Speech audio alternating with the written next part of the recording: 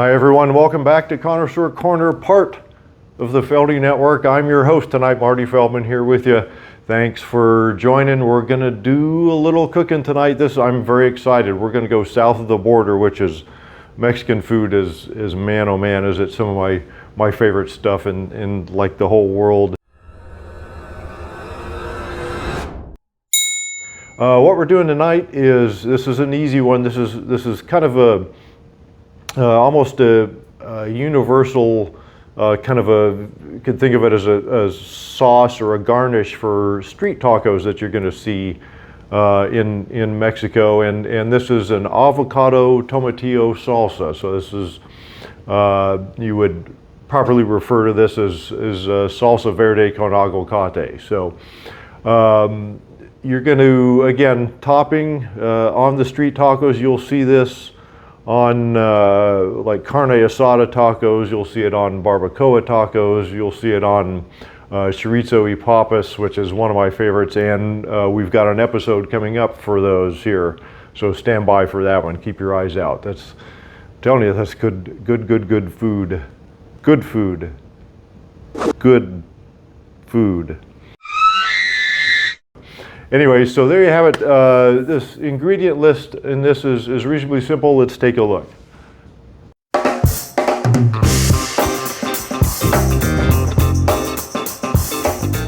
We're going to start out with the tomatillos, wonderful little ingredient. Let's do about 8 ounces of the tomatillos here. Depending on the size, you're looking at 4 or 5 or 3. You know, who's counting? Just about 8 ounces there. If you go a little over, a little under, hey, that's no big deal. Nobody's going to get after you for that one. And we're going to do 1 avocado on this one. A good sized one. If they're a little smallish, hey, get a couple. Again, you can kind of vary this to suit your needs. We're going to do, for the heat, we're going to do some green chili in here. You got a couple of options. You can go serrano, you can go jalapeno. If you do serrano, I'd say do 2 to 3 serranos. If you do jalapenos, do 1. If you like the heat, add in a second jalapeno on this one. So that's going to give you a really good kick to it. We're going to also include a garlic clove here, because you have to have garlic. About a 1/4 cup of kind of loosely packed cilantro. Going to go in this as well, and then also as we finish this, we're going to add in about a 1/4 cup of white onion that's real fine dice on this one, and we're going to rinse this under cold water, and I'll talk about that here a little bit as we assemble. So there you go. Oh, don't forget a pinch of salt's going in this too. So there's your ingredient list, and now let's put this thing together.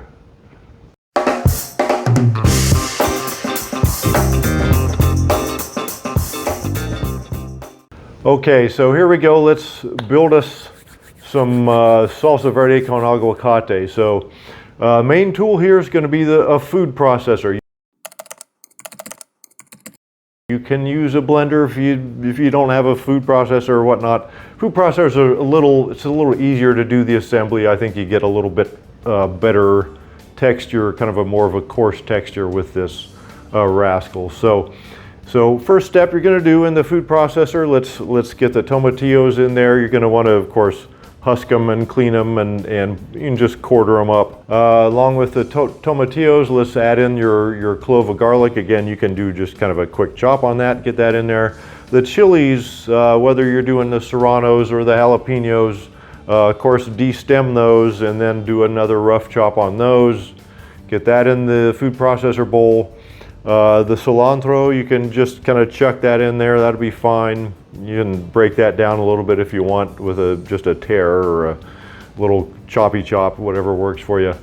And then what we want to add here is, let's add in about a 1/4 cup of water, and we want to use that to kind of give it the right kind of texture as we do kind of a blend on this. So 1/4 cup of water, and at that point let's kind of pulse this up till you get just kind of a nice, kind of a coarse puree. You don't want to totally soup it up. I like it a little more rustic, a little coarse on that. So Get that to that point. Open that rascal back up, and then what we're going to do, just the last thing we're going to add now is the avocado. So of course, have your avocado, take your pit out of there, scoop your wonderfulness out of there, and then you can do just, again, a rough chop on that. Get that into the food processor, and again, just kind of a pulse. You want to, we don't want to totally liquefy that. I just like kind of a good mix, a good blend, and still have a little bit of that texture. So once you get to that point, man, you're good to go. You're good to rock and roll. So let's just grab a spatula, spoon, whatever you have handy, and let's scoop that out into a bowl. You can use your serving bowl. You can use just a mixing bowl, whatever's nice and easy and handy for you. So scoop that in there. Then at this point, of course, we're going to add some, salt, because you've got to have salt.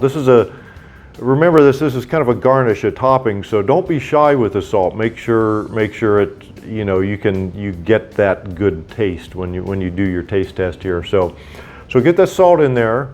Then with that onion, we're looking again about a 1/4 cup white onion. You're going to do a fine dice on that, and once you dice that, rinse that onion under cold water, and that takes that real heavy onion bite out of the onion. You don't want the onion to rule the salsa here. You just want it to be a component of the salsa. So you do that rinse, kind of shake that water off, and then add that into your bowl with your salsa, and then just give it a nice little stir, a little fold in there.